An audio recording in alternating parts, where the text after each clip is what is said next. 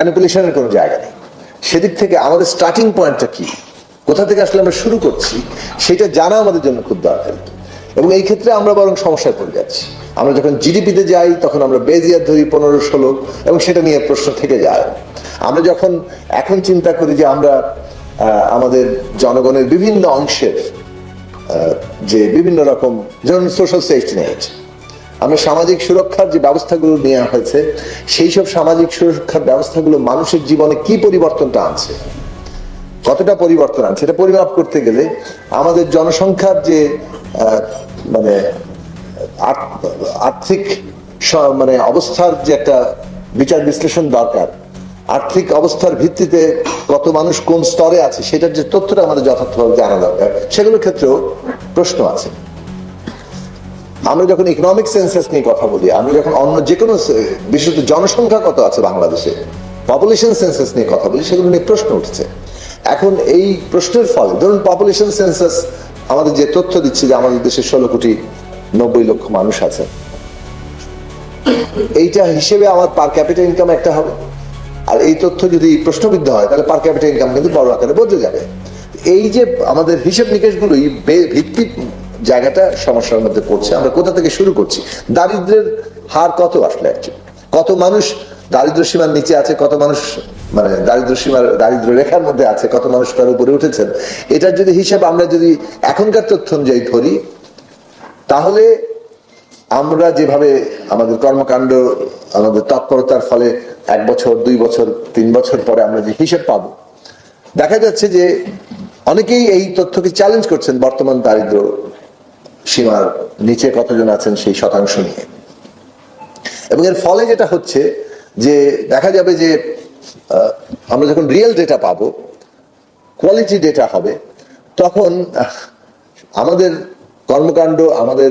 কর্মকাণ্ডের ফলে যে প্রভাব, এসব সত্ত্বেও কিন্তু দারিদ্র হার যে আমরা সংখ্যাটা এরকম হতে পারে যেটা আসলে কমলো না। কারণ এই বিবিএস এর তথ্য অনুযায়ী দারিদ্র সীমার নিচে অবস্থানকারী এবং অন্যান্য সমাজে সিভিল সোসাইটি, বিভিন্ন প্রতিষ্ঠান, গবেষণা প্রতিষ্ঠান, এমনকি অনেক ক্ষেত্রে মিডিয়া অনেক দারিদ্র সীমার নিচের হার এক জায়গায় নেয়। তাহলে আমাদের এগুলো সমস্যার সৃষ্টি করবে। মোদ্দা কথা, মানে গুণগত দিক থেকে যদি ভালো উপাত্ত না থাকে, কোয়ালিটি ডেটা না থাকে, তাহলে আসলে তার থেকে আমরা যথাযথ ইনফরমেশনটা পাবো না।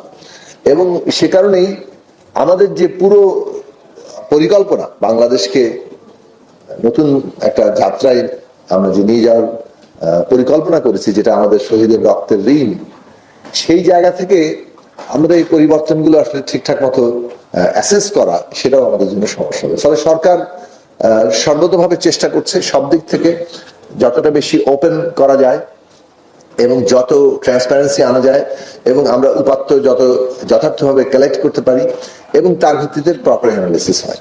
আমরা কতটুকু এগোলাম এটা পরিমাপ করা আমাদের জন্য জরুরি, কেননা ইন দি প্রসেস আমাদেরকে we have to correct the even the course. আমাদের যদি কোর্স কারেকশনের প্রয়োজন পড়ে, সেটা আমাদের অর্থনৈতিক নীতির ক্ষেত্রে, সেটা অন্যান্য যে কোনো সিদ্ধান্তের ক্ষেত্রে, সেটাও কিন্তু এই যথার্থ তথ্য আমাদেরকে সে বিষয়ে সাহায্য করবে। সো মোদ্দা কথা হচ্ছে, এই গভর্নমেন্ট একটা সিনসিয়ারিটি নিয়ে, আন্তরিকতার সাথে বাংলাদেশকে এবং এই দেশের মানুষের যে সংগ্রাম, তার আত্মত্যাগ, তার ভিত্তিতে যে তার আকাঙ্ক্ষা তৈরি হচ্ছে, তাকে পূর্ণভাবে ধারণ করে এই বাংলাদেশকে এগিয়ে নিয়ে যাওয়ার ক্ষেত্রে কাজ করতে চাইছে। সেই কারণেই তথ্যের সঠিকতা, উপাত্তের নির্ভরতা, এটা অত্যন্ত জরুরি, এবং সেটা পাবলিক হওয়া দরকার। যার ফলে আমরা যেটা এই বর্তমান সরকারের সেই সিদ্ধান্ত নিয়েছি, যথাসম্ভব আমাদের এই উপাত্তগুলোকে অন্যদের জন্য অ্যাক্সেসিবল করা দরকার। কারণ হচ্ছে যে এর মধ্যে দিয়ে যে নানা বিচার বিশ্লেষণ বিভিন্ন প্রাতিষ্ঠানিকভাবে বিশ্ববিদ্যালয়গুলোতে হবে, গবেষকরা করবেন, শিক্ষার্থীরা করবেন, এটা আসলে শেষ পর্যন্ত সরকারকেই নানা দিক থেকে সহায়তা করবে। সেই জায়গা থেকে এটা ওপেন করা জরুরি। এখানে দুটো ঘটনা আমরা চাচ্ছি। প্রাতিষ্ঠানিকভাবে যখন কেউ ব্যবহার করতে চাইবেন, তখন সেটা তাদের মানে কিছুটা আর্থিকভাবে তাদের একটা ইয়ে থাকবে, এটা পে করতে হবে। যখন শিক্ষার্থীরা এটা করবেন, তাদের জন্য আমরা এটা কিভাবে উইদাউট পেমেন্ট এটা করা যায়, সেই সব নীতিমালা তৈরি করার চেষ্টা করা হচ্ছে। সো এটা পারপাসের জায়গা থেকে এটাকে কিছুটা ইয়ে করা, কারণ ডেটারও তো মূল্য আছে। তো এখন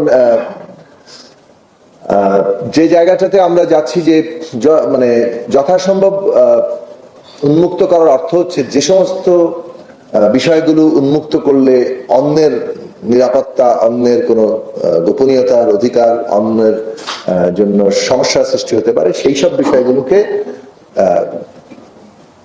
সেটা যথাসম্ভব মানে সেটাকে মানে অ্যাক্সেসিবল না করে প্রয়োজনীয় যে তথ্য, গবেষণার জন্য যে তথ্য আবশ্যকীয়, সেই সব তথ্যগুলোকে, উপাত্তগুলোকে আমরা উন্মুক্ত করতে চাইছি। এটা হচ্ছে নির্দেশনা।